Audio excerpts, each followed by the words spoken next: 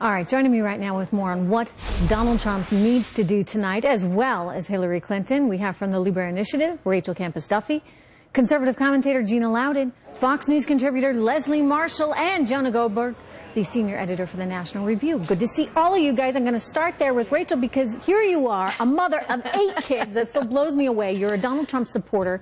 You heard what he said. What's your reaction to it? So just want to clarify, LIBRE Initiative is nonpartisan. I'm voting for Donald Trump. Still. And I think it just comes down to policy. And I think, look, there's no question these comments are awful. Conservative women are conservative, and a lot of them are going to be very turned off by what they hear. What we're going to have to decide as conservative women is if the appropriate response is to accept what we expect to be an apology tonight from him, or is the appropriate response to subject America to 4, maybe 8 more years of a Clinton administration and whatever damage that will do to the country. So that's the choice we have. It's not perfect. Jonah Goldberg, to a certain extent, conservatives who were supporting Donald Trump, and you've been quite critical of him all along, but for those that represent his base of supporters, in some ways, did they kind of know what they were getting? I mean, it's not as though he's professed to be a choir boy. Yeah, look, personally, I am shocked by most people who are shocked. I think that the Donald Trump on that tape is Donald Trump. It's been obvious that he's a loudish person for a very, very long time. And if you don't see it, you've allowed yourself to be ensorcelled or beguiled or brainwashed by some sort of cult of personality. The issue at hand for Donald Trump is simply this. He was losing before this tape came out. Not by a big margin, but the trend lines were going a bad way for him. And he was losing. If you're already losing, you need to add voters, not subtract more. The question is, where does he find a way to, if he gains voters because of this tape, then we got some really weird people out there, and Earth logic no longer applies. And so he's got to figure out a way to sort of say, that wasn't me, and a way to attract new people back to him. And that's a very tall order. Gina, how does he do that? It is a tall order. And the question is, can he do it tonight? And if so, how does he do it? What would you recommend he does when he gets out on that stage in less than 3 hours? I think that he needs to clearly define who he was before and who he is now. And as somebody, Trish, who, you know, my husband has been in politics, I've run for public office before, been through these campaigns, they are a really humbling and redefining process in a person's life. And I think if he's to speak to that journey and about his heart for the American people, and that's the reason that he ran, I think people will then draw that contrast that to me is so simple. Nothing Mr. Trump has done has ever cost a single human life. We could go through lists of things that Hillary Clinton and the Obama administration have done that not only have put lives in peril, but have cost lives and have hurt women in very real ways. And so I think that's what he needs to clearly delineate tonight. Well, Leslie Marshall, I mean, that's one of the things that he's promised to do tonight. That we've been getting rumblings that he's really going to go right back at Hillary Clinton for her husband's behavior. In other words, he'll say, look, yeah, you know, I was talking poorly and I regret that. It was locker room chatter, and yes, it's awful, but let's not forget Hillary's husband actually did some very, very bad things to women, and she supported him throughout all of it. What will be her comeback, if you would, when he goes there? Well, I think the best thing for her to do, if she takes my advice, is like Michelle Obama, First Lady, said, when they go low, we go high. And Hillary echoed that sentiment in the first debate. And I think she needs to do that for a few reasons. One, Hillary Clinton has never committed adultery.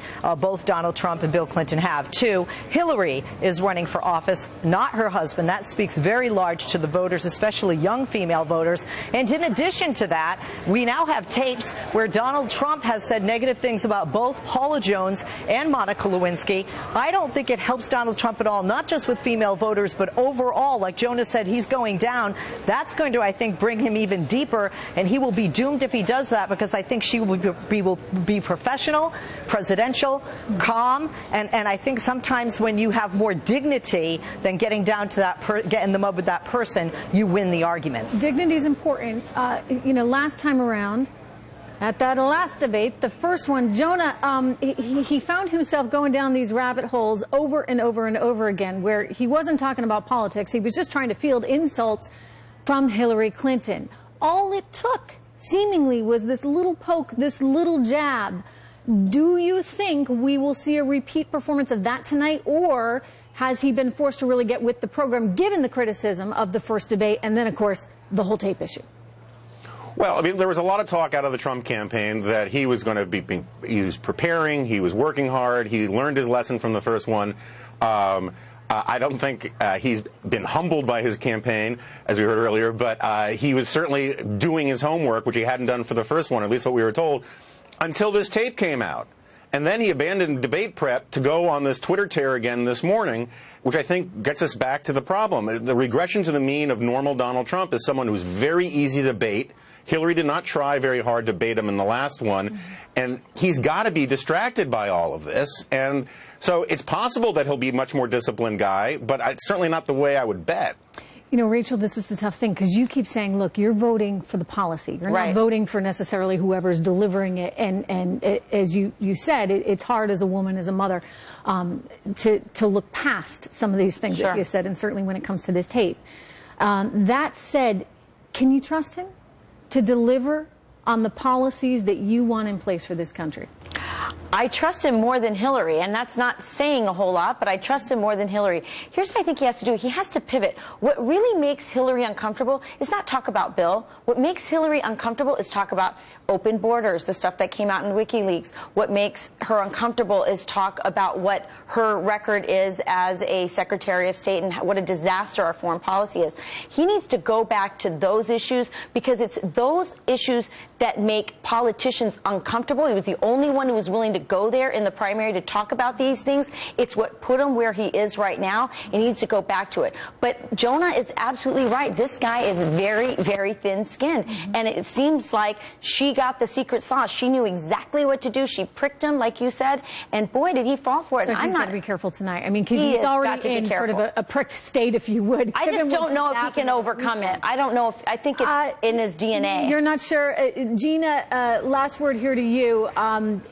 Can he overcome this tonight? And what do you say to conservatives who are saying, look, I just don't like the guy, I don't trust the guy, he doesn't represent the values that I have, yet the alternative is Hillary Clinton?